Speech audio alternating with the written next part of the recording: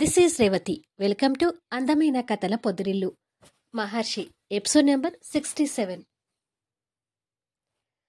అమెరికాలో ఇంట్లో ఉన్న సుచరిత జరిగింది తెలుసుకొని కన్నీళ్లు పెట్టుకుంటూ గౌతమ్తో ఫోన్ మాట్లాడుతూ, ఏమిట్రా ఇదంతా, మనకే ఎందుకు ఇన్ని కష్టాలు ఎదురవుతున్నాయి? 2 రోజుల్లో పెళ్లి కావాల్సిన పిల్ల ఇలా మీడియా ఎదుట పడటమేంటి అని అడుగుతుంది. మనమంటే గిట్టని వాళ్ళు ఇలా చేశారని తెలుస్తుందమ్మా. కాకపోతే మన దగ్గర సాక్ష్యాలు లేక సైలెంట్గా ఉండిపోవాల్సొస్తుంది అంటాడు గౌతమ్ బాధపడుతూ. పెళ్లి కుదిరించుకున్న వాళ్ళే టీవీలో వచ్చింది చూసి వెనక్కి వెళ్ళారంటే ఇక మన మిథునకి పెళ్లి ఎలా అవుతుంది గౌతమ్ అని అడుగుతుంది సుచరిత అంతే కన్నీళ్ళు పెట్టుకుంటూ. నువ్వు ఈ విషయాల గురించి ఆలోచించి మనసు పాడు చేసుకోకమ్మా. నా చెల్లెలి జీవితం బాగుంటుందనే నమ్మకం నాకుంది. నువ్వు కూడా అదే హోప్తో ఉండు. డాక్టర్ల సలహా తీసుకుని నిదానంగా నాన్నకి ఈ విషయం తెలియజేయమ్మా. ఇది గుడ్ న్యూస్ కాకపోయినా బాధ పెట్టే విషయమైనా ఒకసారి నాన్నకు కూడా తెలిస్తే మంచిది. లేదంటే మిథునకి ఆ జగన్తో పెళ్ళైపోయిందనే అభిప్రాయంతో ఉండిపోతారు అంటాడు. సరే గౌతమ్, అన్ని విషయాలు చెప్తాను అని అంటుంది. సరేనమ్మా, నువ్వు మిథున గురించి ఆలోచిస్తూ మనసు పాడు చేసుకోకు. ఇక ఉంటాను అని చెప్పి గౌతమ్ ఫోన్ పెట్టేస్తాడు. అవంతి భోజనం ప్లేట్తో ఏడుస్తున్న మిథున ముందుకొచ్చి, అమ్మ మిథున, ఉదయం నుంచి పచ్చి మంచినీళ్ళు కూడా ముట్టుకోలేదు. ఇప్పుడైనా కాస్త తినమ్మా అంటుంది. నాకొద్దండి, ఏమీ తినాలనిపించడం లేదు అంటుంది కన్నీళ్లు పెట్టుకుంటూనే. ఇక్కడ నీ తప్పు ఏదీ లేదు మిథున. నీ ప్రమేయం లేకుండానే ఏదేదో జరిగిపోయింది. అప్పుడప్పుడు కొన్ని సంఘటనలు మనకి బాధ అనిపించినా భవిష్యత్తులో మనకు అవే మంచి చేస్తాయంటారు. నీకొచ్చిన సంబంధం అదే. ఆ జగన్ నీ భర్తగా సెట్ కాడేమో, అందుకే ఇలా జరిగి ఆ సంబంధం తప్పిపోయిందేమో. ఇలా ఎందుకు ఆలోచించకూడదు అని అడుగుతుంది అవంతి. ఏదో నన్ను తృప్తిపరచడానికి ఇలా చెప్తున్నారు కానీ జరిగింది తలుచుకుంటే నేను భరించలేకపోతున్నాను. నా వల్ల అన్నయ్య పరువు పోయిందనిపిస్తుంది అంటుంది కన్నీళ్ళు పెట్టుకుంటూ. నీ వల్ల నా పరువు పోవడం ఏమిట్రా అంటూ గౌతమ్ అక్కడికి వస్తాడు. గౌతంతో పాటే ప్రమోద్ కూడా వస్తాడు. మరి అంతే కదా అన్నయ్య, నేను ఎవరో అసలు జనాలకి కరెక్ట్గా తెలియదు. కానీ టీవీలో Gautam group of industries Gautam చెల్లెలు అని అనౌన్స్ చేశారు అంటే ఇక్కడ నీ పరువు పోయినట్టే కదా అన్నయ్య అంటుంది కన్నీళ్ళు పెడుతూ. నా చెల్లెలు బంగారం అయినప్పుడు ఈ లోకం గురించి నేను అసలు ఆలోచించను మిథున. నువ్వు ఏంటి అనేది నాకు తెలుసు, మన కుటుంబానికి తెలుసు. నువ్వు కూడా లోకం గురించి పట్టించుకొని బాధపడొద్దు అంటూ అవంతి చేతిలో ఉన్న ప్లేట్ తీసుకొని భోజనం కలుపుతూ, నువ్వు ఇక్కడ భోజనం చేయకపోతే అక్కడ అమ్మ కూడా భోజనం చేయదు. జరిగిన దాంట్లో నీ తప్పు లేనప్పుడు నువ్విలా కడుపు మార్చుకొని కూర్చోవద్దు అంటూ తనకి భోజనం కలిపి ముద్దలు తినిపిస్తాడు. ఇలా చెల్లిని ఓదారుస్తూ తనకు భోజనం తినిపించి కడుపు నింపుతాడు. వాళ్ళ ఇద్దరి అన్నా చెల్లి అనురాగాన్ని చూసి అవంతి ప్రమోద్ సంతోషపడుతుంటారు. వెంకట్ కూడా జరిగిన పరిణామం తలుచుకొని దీనంగా కూర్చుంటే తులసి బాధపడుతూ, ఏంటండి ఇలా జరిగింది? మన అబ్బాయి మగపిల్లవాడైనా మనకే ఇంత బాధ ఉంటే ఇక ఆడపిల్లకి ఇంకెంత బాధగా ఉంటుంది అంటుంది కన్నీళ్ళు పెట్టుకుంటూ. నేను అదే బాధపడుతున్నాను తులసి. మిథున నా ప్రాణ స్నేహితుడి కూతురు. వాళ్ళకి ఏదైనా అయ్యిందంటే నా ప్రాణం విలవిలలాడుతుంది అని మాట్లాడుతుంటారు బెనర్జీ గారు. అప్పుడే అవంతి ఆఫీస్ కారు వచ్చి ఆగుతుంది. కార్ దిగి లోపలికొచ్చి సరాసరి వాళ్ళ ఇంట్లోకే వస్తుంది. వాళ్ళు కూడా బాధగా ఉండటం చూసి దగ్గరకొస్తుంది. అమ్మ అవంతి, మిథున ఏమంటుందమ్మా? ఇంకా అలాగే ఏడుస్తుందా అని అడుగుతాడు బెనర్జీ గారు. మిథున గురించి అవంతి ఏం చెప్తుందా అని వెంకట్ కూడా చూస్తుంటాడు. అలాగే ఏడుస్తుంది బాబాయ్. జరిగిన విషయాన్ని తట్టుకోలేకపోతుంది. ఏదో గౌతమ్ బతిమలాడి భోజనం తినిపిస్తే 4 ముద్దలు తిన్నది. గౌతమ్ పరిస్థితి కూడా అలాగే ఉంది అంటుంది బాధపడుతూ. బెనర్జీ గారు, తులసి అది విని ఇంకా బాధపడుతుంటారు. నువ్వు భోజనం చేశావా వెంకట్ అని అడుగుతుంది అవంతి.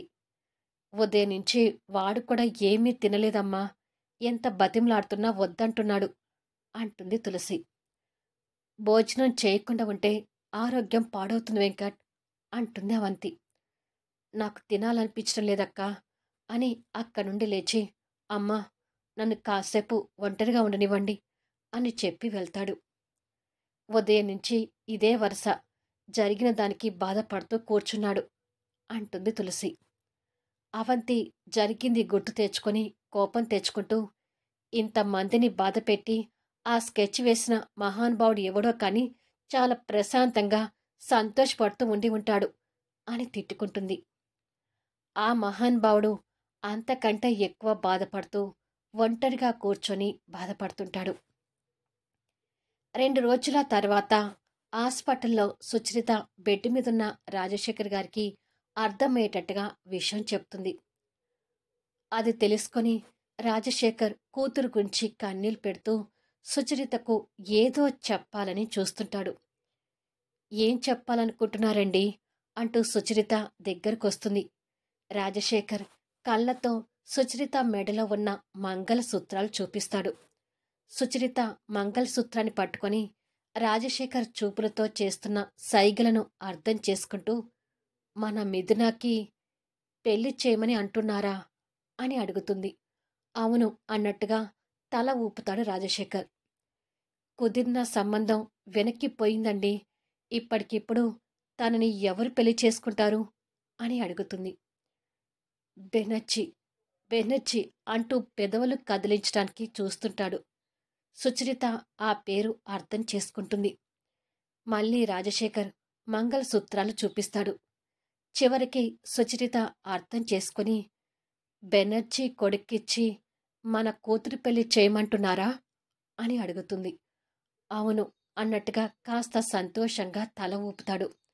సుచరిత భర్త నిర్ణయాన్ని చూసి ఆశ్చర్యపోతుంది. ఇంట్లో ఉన్న గౌతమ్, అవంతి ప్రమోద్తో మాట్లాడుతూ ఉండగా తల్లి దగ్గర నుంచి ఫోన్ కాల్ వస్తుంటుంది.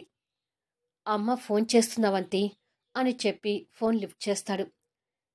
జరిగిన విషయాన్ని మీ నాన్నకు చెప్పాను గౌతమ్ అంటుంది సుచరిత. నాన్నగారు ఎలా రియాక్ట్ అయ్యారమ్మా? చెప్పిన విషయాన్ని పూర్తిగా అర్థం చేసుకున్నారు కదా? ఇందులో మన మిథునాది ఏ తప్పు లేదని అర్థం చేసుకున్నారు కదా అని అడుగుతాడు. నేను చెప్పింది కరెక్ట్గానే అర్థం చేసుకున్నారు గౌతమ్, కానీ మన మిథున పెళ్లిని వెంకట్తో చేయమని ఆయన నిర్ణయాన్ని తెలియచేశారు అని చెప్తుంది. అది విని గౌతమ్ షాక్ అవుతూ, మిథునాని అతనికిచ్చి పెళ్లి చేయటం ఏమిటమ్మా, ఇది నాకు అంతగా యాక్సెప్ట్ అనిపించడం లేదు అంటాడు. ఇది మీ నాన్న నిర్ణయం రా, మీ నాన్న నిర్ణయాన్ని మనం ఎప్పుడూ కాదనలేదు అంటుంది బాధపడుతూ. నిజమేనమ్మా, కానీ మన మిథున ఆ మిడిల్ క్లాస్ వాళ్ళ ఇంట్లో ఎలా కాపురం చేస్తుంది అని అడుగుతాడు. ఆడపిల్ల భర్తని ప్రేమించగలిగితే మిడిల్ క్లాసులో కాదురా, భర్తతో కలిసి గుడిసెలోనైనా ఉంటుంది. మీ నాన్నగారు చెప్పారని కాదు, కానీ నాకు కూడా ఇదే మంచిదనిపిస్తుంది. ఒకవేళ మన మిథునాన్ని ఇంకెవరికైనా ఇచ్చి పెళ్లి చేసినా తర్వాత తనని నిందించరని గ్యారంటీ లేదు కదా. ఎన్ని విధాలుగా ఆలోచించినా ఈ నిర్ణయమే కరెక్ట్ అనిపిస్తుంది. బెనర్జీ గారి గురించి మాకు బాగా తెలుసు. ఆయన వ్యక్తిత్వంలో చాలా మంచి మనిషి. కాకపోతే మధ్యలో మహర్షి రావడం, మనతో ఆపోజిట్గా మహర్షితో కలిసి మనతో పోటీ పడటం అనేది వేరే విషయం. వెంకట్ కూడా బుద్ధిమంతుడని తెలుసు. అన్ని విధాలుగా ఆ కుటుంబం మనకి తెలుసు కాబట్టి మిథునాని వాళ్ళ ఇంటి కోడలు చేయటమే కరెక్ట్ గౌతమ్. ఇప్పుడు సమస్య ఏంటంటే బెనర్జీ గారు మన నుంచి విడిపోయారు కాబట్టి మన మిథునాన్ని వాళ్ళ ఇంటి కోడల్ని చేసుకోవటానికి ఒప్పుకుంటారా లేదా అనేది తెలియాలి. ఎలాగైనా వాళ్ళిద్దరికీ పెళ్లి కుదిరిచ్చే ప్రయత్నం చేయి గౌతమ్. ఇంతకంటే బెటర్ ఆప్షన్ ఇంకొకటి ఉండదని నేను అనుకుంటున్నాను. బాగా ఆలోచించు అని చెప్పి సుచరిత ఫోన్ పెట్టేస్తుంది. ఏమైంది గౌతమ్? ఆంటీ ఏమంటున్నారు? అని అడుగుతుంది అవంతి. సురి సుచరిత చెప్పింది గౌతమ్ వాళ్ళకి చెప్తాడు. అవంతి కూడా ఆలోచిస్తూ, నాకు అదే బెటర్ ఆప్షన్ అనిపిస్తుంది గౌతమ్. వెంకట్ చాలా బుద్ధిమంతుడు, మంచి మనిషి. వెంకట్ని నేను దగ్గరగా చూస్తున్నాను కాబట్టి ఇంత నమ్మకంగా చెప్తున్నాను అని అంటుంది. గౌతమ్ ఆశ్చర్యపోతూ, దగ్గరగానా? అంటే నీకు వెంకట్ ఇంతకు ముందే తెలుసా అవంతి? అని అడుగుతాడు. నేను వాళ్ళ ఇంట్లోనే రెంట్‌కి ఉంటున్నాను గౌతమ్.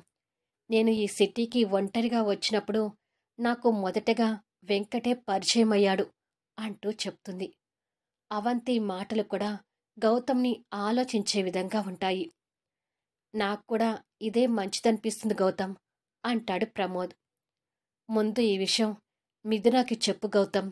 తను ఒప్పుకుంటే మనం నెక్స్ట్ స్టెప్ తీసుకుందాము అంటుంది అవంతి. ఇదే విషయాన్ని మిథున ముందు ఉంచుతారు. వాళ్ళ నిర్ణయానికి మిథున కూడా షాక్ అవుతూ, మన శత్రువుకి సపోర్ట్ చేస్తున్న ఆ ఈడియట్ని నేను పెళ్లి చేసుకోవడం ఏంటి అన్నయ్య అని అంటుంది. అది నిజమే కదా అన్నట్టు గౌతమ్ సైలెంట్గా ఉండిపోతే, అలా అనుకోకు మిథున. బిజినెస్ విషయాల్ని పర్సనల్ విషయాల్లోకి తీసుకురాకు. వెంకట్ ఈడియట్ కాదు, చాలా మంచివాడు. ఇది మా అందరికంటే ముందు మీ నాన్నగారు తీసుకున్న నిర్ణయం అని చెప్తుంది అవంతి. మిథున ఆశ్చర్యంగా గౌతమ్ వైపు చూస్తుంది. అవును అన్నట్టుగా గౌతమ్ తల ఊపుతాడు. మిథున ఆలోచిస్తూ, మా నాన్నకి నేనన్నా అన్నయ్య అన్న ప్రాణం. మా గురించి నాన్నగారు తీసుకునే నిర్ణయాలు సరైనవి. ఆ వెంకట్ని పెళ్లి చేసుకోవడం నాకు ఇష్టం లేకపోయినా మా నాన్నగారు తీసుకున్న నిర్ణయానికి తల వంచుతాను అంటుంది కన్నీళ్ళు పెట్టుకుంటూ. అవంతి సంతోషపడుతూ తన కన్నీళ్ళు తుడిచి, నీ జీవితం వెంకట్తో సంతోషంగా ఉంటుంది మిథున అంటూ ధైర్యం చెప్తుంది. మిథున నిర్ణయానికి ప్రమోద్ కూడా సంతోషపడుతుంటాడు. కానీ చెల్లెల పెళ్లి మీద ఎన్నో ఆశలు పెట్టుకున్న గౌతమ్ మనసు మాత్రం వెంకట్ అంటే అసలు అంగీకరించడం లేదు. బలవంతంగా ఆ నిర్ణయానికి ఒప్పుకోక తప్పడం లేదు. కొన్ని గంటల తర్వాత ఇదే నిర్ణయాన్ని అవంతి బెనర్జీ గారి ఫ్యామిలీ ముందు పెడుతుంది. అది విని ఈ ముగ్గురు ఆశ్చర్యపోతుంటారు. నేను ఆ పొగరబోతు అమ్మాయిని పెళ్లి చేసుకోవడం ఏంటి అంటాడు వెంకట్ షాక్ అవుతూ. మిథున చాలా మంచి అమ్మాయి వెంకట్. మీ ఇద్దరికి ఇప్పుడు ఒకరంటే ఒకరు పడక అలా అనుకుంటున్నారు తప్ప మీ ఇద్దరి మనసులు కూడా చాలా మంచివి అంటుంది అవంతి. తులసి ఆలోచిస్తూ, ఆ అమ్మాయి ధనవంతులింట పెరిగింది. అలాంటి అమ్మాయి మా కుటుంబంలో ఎలా ఉండగలుగుతుంది అని అంటుంది. మిథునకి కొన్ని రోజులు కష్టమైనా తర్వాత సర్దుకొని పోతుంది పిన్ని. నాకు ఆ నమ్మకం ఉంది. ఆ విషయం గురించి మీరు ఆలోచించకండి అని. మీ నిర్ణయం ఏంటి బాబాయ్ గారు అని అడుగుతుంది బెనర్జీ గారిని. మాది ఏ నిర్ణయమైనా మహర్షి తీసుకునే నిర్ణయం మీదే ఆధారపడుతుందమ్మా. ఈ పెళ్లికి మహర్షి ఒప్పుకుంటే మాకు అభ్యంతరం లేదు అంటాడు బెనర్జీ గారు. నాది కూడా అదే నిర్ణయం అంటాడు వెంకట్.